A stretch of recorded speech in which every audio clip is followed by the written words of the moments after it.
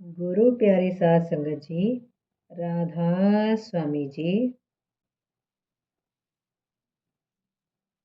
नेक कमाई, शुद्ध अन्न और नेक कमाई का हजूर जी बहुत ख्याल रखते थे। आप अक्सर फरमाया करते थे कि मन की पवित्रता के लिए शुद्ध अन्न ग्रहण करना आवश्यक है। जैसा खावे अन्न वैसा होवे मन। हजूर जी हमेशा अपनी मेहनत व हक की कमाई पर गुजारा करते। अपनी जायज़ आमदनी के अलावा किसी दूसरे की कमाई का एक दाना भी मुंह में ना डालते और ना ही कभी किसी से एक पैसे की चीज़ तक अपने निजी इस्तेमाल के लिए स्वीकार करते।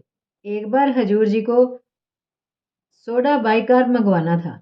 मुझे 4 आने देकर फरमाया कि अगले इतवार को आते हुए इसका सोडा बाइकार लेते आना। मैंने अर्ज की कि हजूर जी पैसे आकर ले लूँगा, परंतु आपने फरमाया नहीं, अभी ले जाओ। हजूर जी कभी किसी से कोई भेंट ना लेते और ना ही किसी के घर का कुछ खाते भी थे। जब कभी सत्संग या किसी और काम के लिए बाहर जाते तो खाना बनवाकर टिफिन साथ ले जाते। अगर कहीं 2-4 दिन रहना होता तो खाना बनाने वाले नौकर को साथ ले जाते और वहाँ हमेशा अपना खाना उससे तैयार करवाते। आपके साथ रहने वाले भाई शादी और सेवादार भी किसी की कोई चीज़ ना खाते।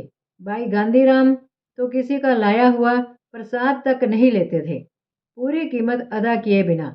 महाराज जी किसी से कोई वस्तु स्वीकार ना करते थे। पहाड़ों की ओर से कुछ सत्संगी बड़े प्रेम से जब शहद वगैरह ले आते या फिर कश्मीर से सेब या कवेटा और चमन से बादाम व अंगूर वगैरह ले आते तो हजूर जी लाने वाले को वस्तु के मूल्य से दुगने पैसे देते।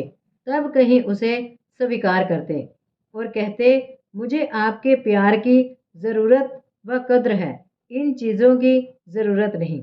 बीबी रत्नी उन सत्संगियों से हमेशा कहती रहती कि हजूर जी कुछ खाते तो हैं नहीं और व्यर्थ उनके दुगने पैसे खर्च होते हैं, इसलिए आगे से जब तक आपको किसी चीज़ के लिए लिखा ना जाए कुछ ना लाया करें। महाराज जी हमेशा समझाया करते थे कि हमें ईमानदारी व हक हलाल की कमाई पर गुजारा करना चाहिए और फरमाते थे कि जो साधु किसी का एक दाना भी लेता है वह देने वालों के कर्मों का बोझ उठाता है और उसका बदला दिए बगैर नहीं छूटता।